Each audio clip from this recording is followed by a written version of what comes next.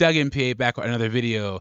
So the debt ceiling drama is coming to a close. In the debt ceiling package, student loan payments will begin again August 31st of 2023 after 3 years in forbearance. And of course, student loan payments resuming will be tougher on women because of course it will. Everything is tougher on women. This article is called The End of Student Loan Forbearance Will Be Tougher on Women. I'm going to get into this article, but before I do, hit the like button on the video, subscribe to the channel. I really appreciate it. It shows you support me and what I'm doing over here. And let me just start by saying, guys, women own 70% of the student loan debt. 70%. Okay?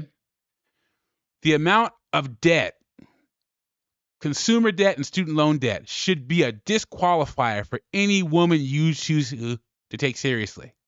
If a woman has more than $100,000 in student loan debt, she should be disqualified for serious consideration for relationship and marriage. And you know what? I'll be equal. Ladies, if you meet a guy with a bunch of student loan debt, don't take him seriously either, because if you get married, their debt is your debt.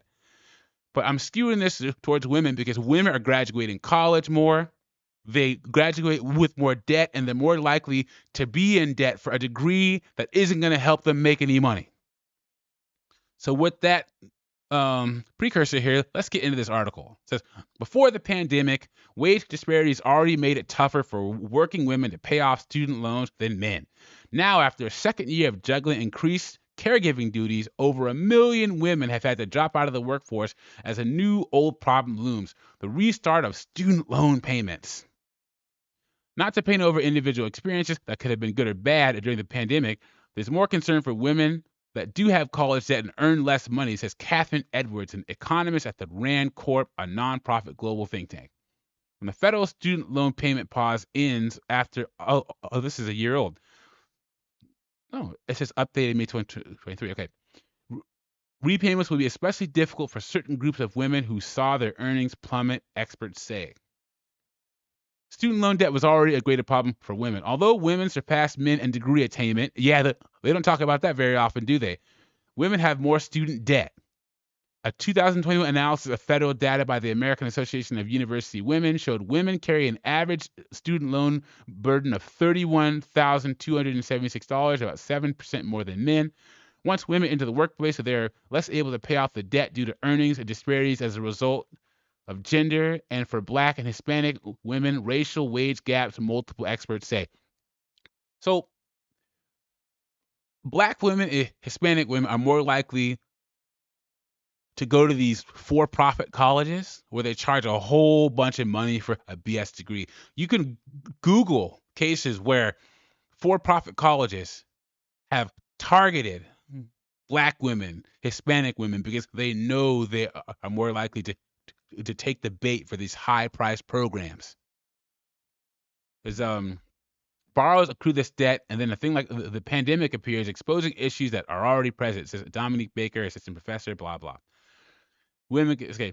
Say you're a woman in a partnered relationship with a man. You both work, but he earns more than you. When the pandemic hit, your toddler's daycare closed, and your elementary school child switched to learning from home. The two of you couldn't manage to take care of the kids and keep your jobs. Who can you expect to leave their job first? We have not made it so people can easily take time off or have more flexible schedules to also be able to care for others. That creates an environment where women have had to slow down or stop their participation in the labor market while trying to care for others. Here's the thing about this. Women act like they're victims of having to leave the workforce. 70% of households in the United States, the man is the main breadwinner. He makes more and pays more of the bills than the woman. Most of the time, a man is working an essential job and a woman is not. Okay? And what also we don't talk about is a lot of women, especially if they have multiple kids, are working enough to pay for the daycare for their children, and that's it. You'd be better off staying at home. Well, women have caught on to this. I have to have a job. I can't. I'm in a marriage, but I have to be independent and make my own money. Although you make just enough to pay for daycare, and that's it. And that's the thing. A lot of women walked away from their jobs because they realized, this is what I'm working for. I'm working to pay for daycare, and that's it. There's It could take time for women to make a comeback. Nearly 1.66 million women left the workforce and did not return from February 2022 to August of 2021. Leaving the labor force for any period of time can have long-term effects on lifetime earnings. Women didn't have to lose their jobs to be at a disadvantage. There are also changes in the way women work that could have lasting effects, experts say, including reducing hours, time off for caregiving, and switching to more flexible or lower-paying jobs.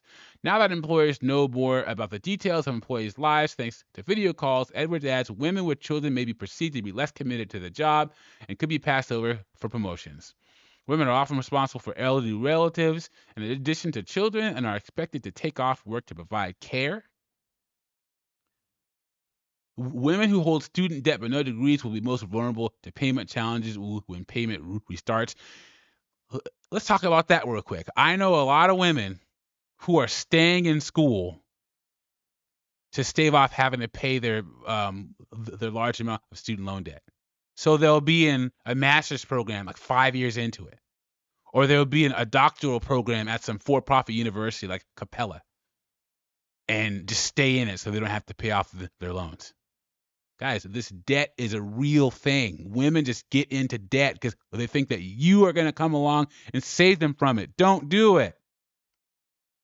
It's unclear precisely how many women fall into this category, but the majority of students who attend college take on loans, and nearly 40% of students do not complete their degrees within 6 years of entering college. Wow.